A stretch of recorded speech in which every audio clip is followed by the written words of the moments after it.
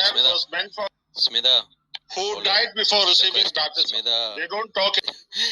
Smita, hold on. Hey, The question Nasri, for let you. me Listen. talk to Paul. Yeah, we will. I'm having a discussion with Paul. Can you please shut up, please? You're not having Let a me talk to discussion. Paul. You're not having I a am discussion. having a discussion with Paul. Paul has already made his point. About his argument. Paul has already made his point that you are strawmanning. You are strawmanning Catholic Church, and you are strawmanning the Catholic point of view by saying when I'm having a things which conversation are with not Paul? accepted by the Catholic Church. So you are already outside the Catholic Church. Now we want to ask you a question. Let me talk to Paul we have before I take your Smita, we have we have a let me question talk for to you. Paul. Let me respond to Paul. So Paul, if you Paul look at the has catechism already of the given you an why answer, don't you let me? Smita. Hey Nasreen, Okay, let me question. please keep quiet. Okay, this is what happens when you listen to a lot of left-wing news medias, and your mind gets deluded, and you actually think that God works the ways that you want to work, that murder is okay, that pro-murder is okay. Yeah, I know this guy because he does not have a stand. Each time you ask him about something related to Christianity, he will say something which has nothing to do with Christianity. And when we are exposing Islam, he would come up to the rooms and just say that what you are doing is not Christian. Then we will show him from the scriptures, and then he will be like, you are doing this, you are doing that, you are creating hate, and so on. He's not even allowing person to listen to.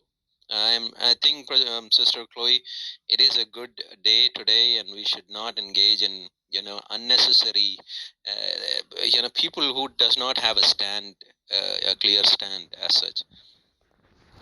But yeah, Sister Chloe, can you give us more details about what happened and how how it all turned out to be? And I am really excited to listen to what happened. We were in other rooms, so I was not. I'm sorry, if he's still in the room, I want him to hear this, though. Is he still here or left? Yeah, he is. He must be. Okay, he did go. Well, just FYI for the room, he has to prove that where the mind exists, because scientists actually have disagreement on whether it exists in the brain or outside the brain, and etc., etc. So he has to prove that the fetus must have a brain to have a desire. I'm asserting that the desire is in the mind, in the soul, in the spirit.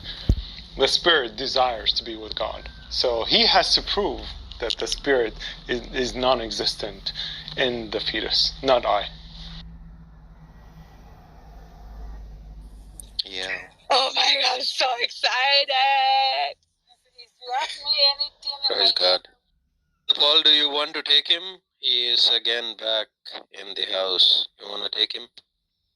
No, I'll just repeat it so he can hear it. When I was talking about baptism by desire, and you said the fetus doesn't have a brain, I'm asserting that desire is not instilled only in your brain. Even actually, you have to look into this. Where does the mind exist? Or because there's a lot of discussion about this, that the mind is not your brain. The brain processes the thinking, but it's not the mind. But I'm not saying that that's the consensus. There's other opinions on both aisles, and I'm not gonna go over it with you. You seem a little too low IQ to actually go through with this. So we'll just give you my argument. My argument is you have to prove that the fetus does not desire to be with God. The spirit is non-existent in the fetus. So the burden of proof is on you. I'm saying that the beginning of life is the beginning of a spirit. So, and that is biblical. And once the spirit desires to be with God, then there's a baptism of desire. Then we don't need baptism if there's a miscarriage. If there's a miscarriage, the baby will go to heaven. So if you are trying to represent the Catholic belief and justify abortion just because we cannot baptize a child in the womb, I just gave you sufficient reasons why he is saved, why a baptism of desire is sufficed. Wow. Who is this ZZ Cop who is calling? Hey, ZZ Cop, do you really that's the kind of language you have been teaching your kids and family? This is the way that you talk in your family. Yes. Are you sure? Yes, that's the way I talk. Oh, wonderful, wonderful. So, this is the Christian way of talking to a person. I just don't like his attitude. That's fine. If you don't like it, that's fine, Zizi. That's fine. That's fine. If you don't like his attitude. How am I being disrespectful? No, you talk down to people, man. Read the comment. You speak to the others in a disrespectful way. Okay, so you tell me how to speak to someone that is promoting murder. You tell me, Mr. Cop. If you're truly a cop, how do you treat a murderer Read my profile. when you get your hands on him? What? Read my profile. I'm truly a cop. I don't have to prove it to you. Yeah, you're a dog that have a badge, so don't tell me that. Oh, thanks. I'm a dog. Okay, thank you. Yeah, because look, I'm gonna disrespect you too because the way you spoke to me. There's no reason for you to call me a bastard by any mean, right? If you are a bastard and you're trying to project that onto others, perhaps. That's exactly my point. See how you talk to people, man? Well, you're an arrogant bastard. Again, if you're a bastard and you're projecting it onto others, bastard. Okay, you are an arrogant bastard. I didn't say you. So. Okay, so see, this is exactly what I mean. Just continue with the subject. I'm going to leave the room because you are. Yeah, you are more than welcome. See, do you want to? Don't hit the door, please. Don't hit the door when you walk out. You calling somebody who is in the panel. You come to our room and you calling somebody a bastard. How do you think that we should react to that? You obviously would be the one who shows such kind of attitude and language teaching to your kids. And, God forbid, what kind of an example you would be presenting in front of the citizens when you are carrying that gun and carrying that all the arsenal and walking into the road? Chloe, you are attracting so many nut jobs. How does this happen? It's Danny's fault. Whenever Danny's in the room, So all this kind of pile up to me. All this to lead to say, I used to like pineapple on pizza, not anymore. welcome to the club, Paul. Yeah, I don't like pineapple on pizza. That's blasphemy. But so that ZZ. Danny, you have never had a Chicago pizza, then, Danny. You should have a Chicago. No, I've had Chicago pizza. Actually, I flew into Chicago one time. I just had a layover there, and I specifically went to a pizza place just to try the Chicago pizza. But no, I didn't order it with pineapple on it. Sorry. I've had it before with I guess they call it the Hawaiian style, whatever. But yeah, I wasn't. After one slice, I just picked the pineapples off and ate the pizza without the pineapples. But that ZZ cop guy, he was claiming to be Catholic, talking like that? Yes, he did. It's always us, man. It's always us. No, it's always the Americans, that's why it's... Yeah, so I gotta place that blame squarely on Chloe's shoulders. Seriously, Chloe, this guy, Smitha, he I think a couple of instances that he was being in our rooms, and this guy has been dealt with very carefully by many of the apologists, and this guy has never been to our rooms, and for some good reason, I don't know how he got here.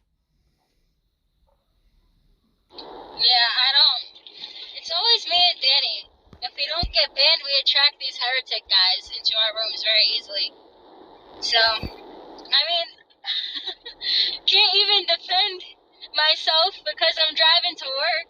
So you guys got that on me. Yes, we did. But the funny thing is, why do they talk Latin? I mean, why do they talk in Latin language? Is Latin the first language or something like that? Like speaking fetus. What does that mean? What is the meaning of fetus? It's an offspring.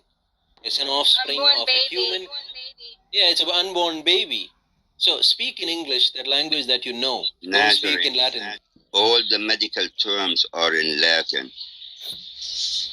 I know, Wadu, but I think, when they are representing their pro-murder agenda, at least have the audacity to speak in English. They think that using Latin language is going to water down the position of a child in the womb. No, it does not. You are still committing murder. Okay, now who likes pineapple with the pizza? XB. I do. Jesus liked pineapple on pizza. Have you had pineapple with anchovies on pizza? Oh boy, keeps getting worse. Keeps getting better. Yeah, Probably fish should never all be those put on people, pizza. all those people who like pineapple on pizza, they're out of the company. They're out. Yeah, exactly. Jesus liked pineapple on pizza. Guys, let's not use the Lord's name and just as a joke. I mean, come on, this is getting ridiculous. Yeah. Please do not use the Lord's name in vain. He said food doesn't matter. Please. Jesus said food doesn't matter, does it? That's why we can eat pork and that now. So we can't just say that having pineapple on pizza is now something we cannot do. If we are allowed to eat whatever food we like. Hey, I'd love to ask a question if I could. Go ahead, Charles. Yeah, go ahead. Okay, thank you. I just was curious as to the thoughts of the room what Justice Clarence Thomas said in his concurrent opinion it released today, that the court should reconsider the rulings legalizing gay measures of Obergefell and birth control, which is actually the Griswold versus Connecticut decision from 1965, which is what Roe was based upon. I would like to know if you agree with him, and do you see any danger of a slippery slope here? Him coming for birth control is especially concerning because that's where the rights of privacy come from, interpreted out of Griswold versus Connecticut. So are we to be concerned about privacy rights as well and all that entails? Just want to know what the position of you are on that. I think it's Margaret, it's not going to happen. No one's going to take away contraception and all this other stuff. Yeah, I was going to say the same thing. Justice Thomas and some of the persons on the Supreme Court are constitutional originalists. And the reason why Roe v. Wade was overturned, if anybody read Justice Alito's opinion, which I did, I read his 70-page opinion. He basically said there was nothing in the Constitution that supported a woman's right to obtain an abortion, which is true. So if you believe in the judicial philosophy of constitutional originalism, Antonin Scalia did, I think Justice Thomas does, I think Samuel Alito does, you could start asking the following questions. Is there anything in the Constitution that supports a woman's right to obtain contraception? The answer to the question is no. Is there anything in the Constitution that supports a man's quote-unquote right to marry another man? The answer to the question is no. You can go further, and that's why some progressives are having a fit, because they're trying to play with constitutional originalism. Constitutional originalism is a judicial philosophy. Is there anything in the Constitution that supports a man's right to marry a woman of a different ethnicity? No, there isn't. So if you're a constitutional originalist, you now have a map you can start, or a road you can start traveling down. And that's why people are starting to say, this is kind of concerning. Samuel Alito does say in his opinion against abortion that the previous Supreme Courts made a series of rulings, and that none of those rulings are based in American history. None of those rulings are based in American tradition, and those rulings are just invented rights. He says that in his opinion.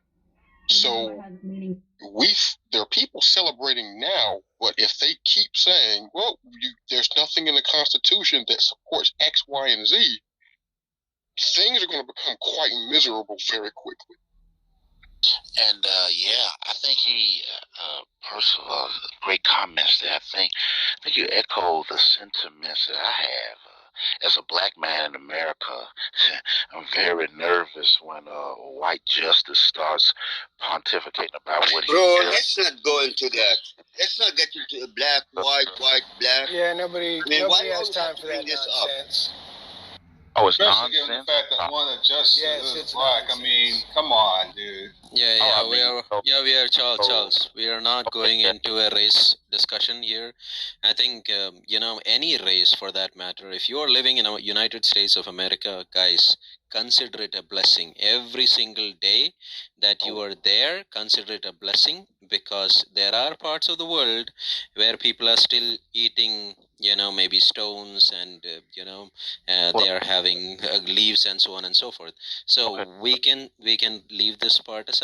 Okay, well, I have. And just focus on Charles. Just focus on the topic that is there. If you have to say anything about this, please go ahead. Is Charles pro-abortion? I want to see what he's going to pro. No, I'm not pro. No. All right. Yeah. I don't need what the gentleman is basically saying is he's concerned about constitutional originalism. That's all he's saying. Yeah, I mean, but of course, thank you, Percival, for that assist. In basketball, we call that a dime. So thank you for that assist there, Brother Percival. I don't need a lecture on what they do in the world. I've traveled the world. My passport is very peppered. So I don't need a lecture on what they do in the world. Nor am I anti-America. I'm definitely not that. So I'm definitely glad that I was born here. A lot of other places in the world I could have been born where my lot in life would have definitely been more challenging. So I'm grateful that I've been born here. Love the red, white, and the blue. I salute the flag. I say the Pledge of Allegiance.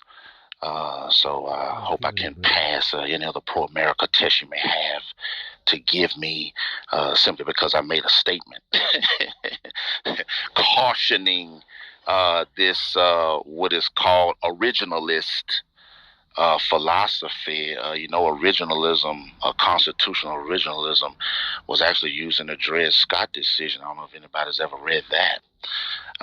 But in any event, so yes, this ruling, Roe versus Wade, while definitely a cause for celebration, pro-life people all over America that have played the long game in this sense to unravel the federal abortion protections, and definitely this is a victory in that respect. But Roe does not exist in a vacuum.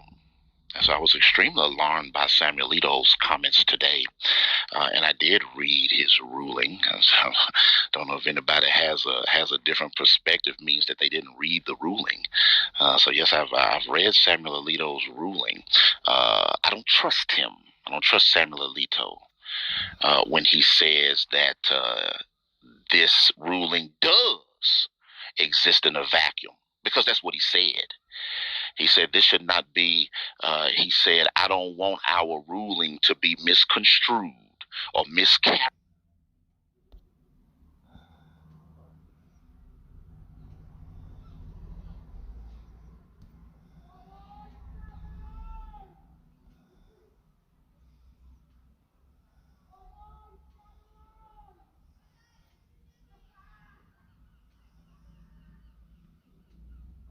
Repeating it back to you in a way that you don't like, but I'm just explaining to you that you found a way to look at what's written down and ignore it.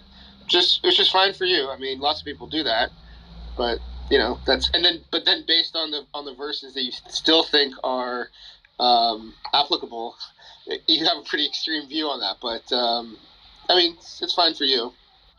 Just out of curiosity, are you Christian, Jewish, atheist? Like, what are you?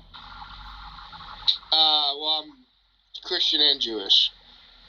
So you're a Messianic Jew, so you're retarded. Gotcha. Right. I'm retarded? Yeah, you're retarded. Okay.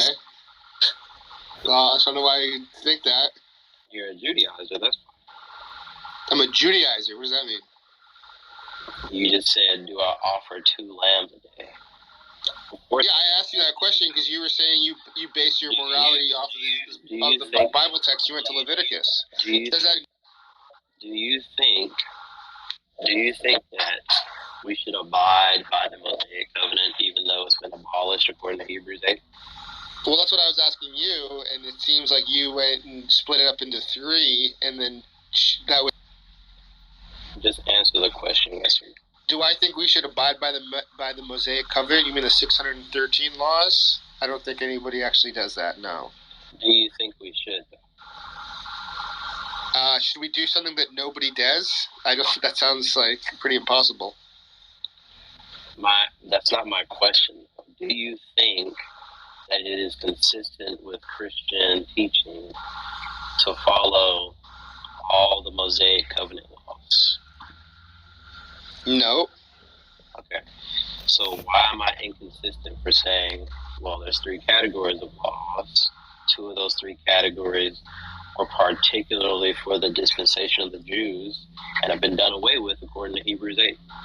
That's just an interpretation that you have in your head. It's not from the Bible. All right. So I'm just going to read Hebrews 8 verbatim since you keep saying that's my interpretation. In speaking of a new covenant, he makes the first one obsolete. Hebrews 8:13. Is there more, or is that it? I mean, I could read the rest of it. And speaking of a new covenant, he makes the first one obsolete, and what is becoming obsolete is growing old and ready to vanish away. He literally just said... Okay, that thing you said there said we're going to take the Mosaic law, categorize it into these 3, throw away 2, and keep the 1. I didn't hear that. Where did you go for that interpretation of yours? Okay. Once again, you're missing the point of what I just said. You just completely missed the point of what I just said. So Hebrews 8:13 says the old covenant has passed away. Okay. The old covenant is one. It includes. Well, I guess I want to include circumcision, but it includes all of the Mosaic covenant, all of the laws and restrictions in the Mosaic covenant.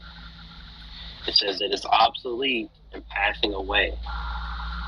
So all those are done. But you split those into 3, and then you kept 1/3 of those laws. How did you do that? Because also in the New Testament, it teaches that the moral law is not just a part of the Mosaic covenant; it's a part of the New Covenant. You see this with, for example, 1 Corinthians 6. The moral law is not done away with because it's eternal. It's a reflection of God's character. And that's why the moral law is not done away with. So where does it... I don't understand the split of 3 into civil, moral, and ceremonial, and then keep 1. Where does it say that in the Bible? Where does it split the Mosaic law into 3 and then keep the 1/3 of it? Where does that happen? You don't have to accept the threefold nature of the law, even though it is. No, I'm just asking you how you did it. Okay, so you clearly observe in the Old Testament that there are laws that God prescribes for the Israelites, particularly to set themselves apart from the Gentiles. We'll call those civil laws. Where does it say that? Does it say that somewhere, or is that something you just applied your thinking to? Deuteronomy teaches this, that there's laws that God had set aside for the Israelites to set them apart. What, Deuteronomy what? I said Deuteronomy teaches that. Which verse in Deuteronomy? Okay, let me just look for the verse if you're looking for every single little bit of detail. Yeah, man, you keep on making stuff up, so I'm asking you to... I mean, it's not made up, it's just retarded. Okay, that's how you feel, but maybe if you have some idea of what's in the Bible, you should know, you should at least understand if it's in the Bible or not.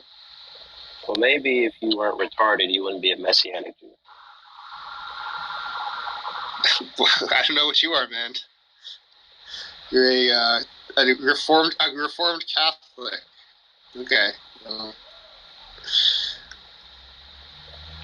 No idea what that means, dude. No, I know. I've heard of you guys too. I'm pretty sure you don't know what that means. I'm gonna let you have it. Okay, no, you sound pretty intelligent yourself, so, keep at it. Right. That's coming from a retard. Anyways, do you have your verse? I'm looking for it. Give me a second. All right. Well, I'll just say, I already know that you probably can't do it. See, that's why it's funny that you even said the Talmud. So it's like you were saying, you went and referenced the Talmud, which is kind of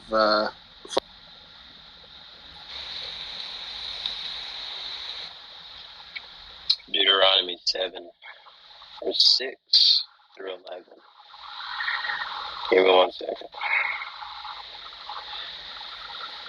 Deuteronomy 7, verse 6. For you are a people holy to the Lord your God. The Lord your God has chosen you to be a people for a treasured possession out of all the peoples who are on the face of the earth. It was not because you are more in number than any other people that the Lord has set his love on you and chose you. For you are the fewest of all peoples, but it's because the Lord loves you and is keeping the oath that he swore to your fathers.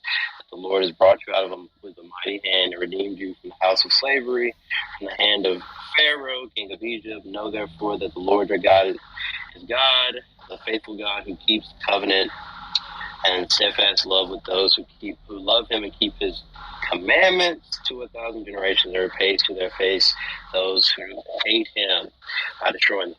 He will not be slack with one who hates him. He will repay him to his face. You shall therefore be careful to do the commandment and statutes and the rules that I command you today. Exactly what I said.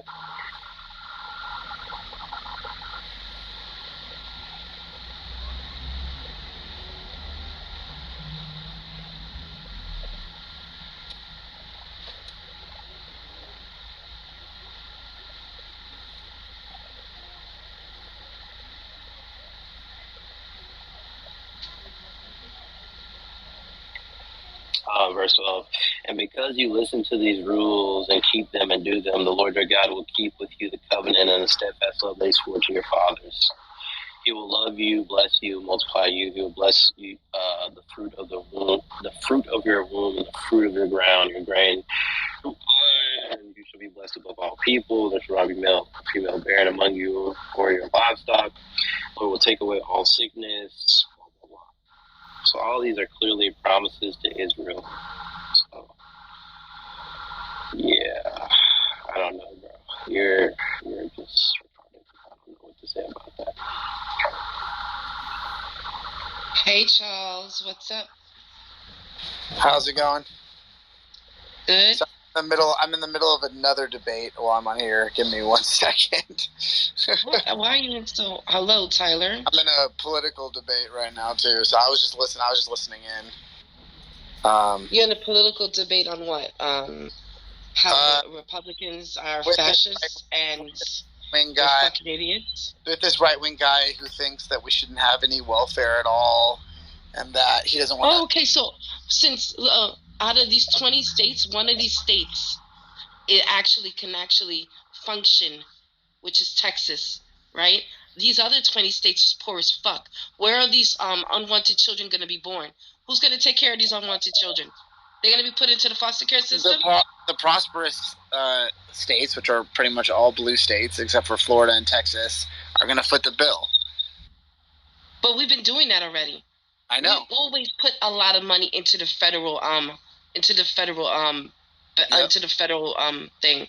We put more money in than what we take out. Yeah, it's a fucking joke. But this is why New York City's taxes are fucking crazy. But instead of having this conversation, I'm also in here talking to Tyler, who thinks we should ban all sex outside of marriage, and pretty much everything. Tyler, you need to get laid. You need to get laid, Tyler.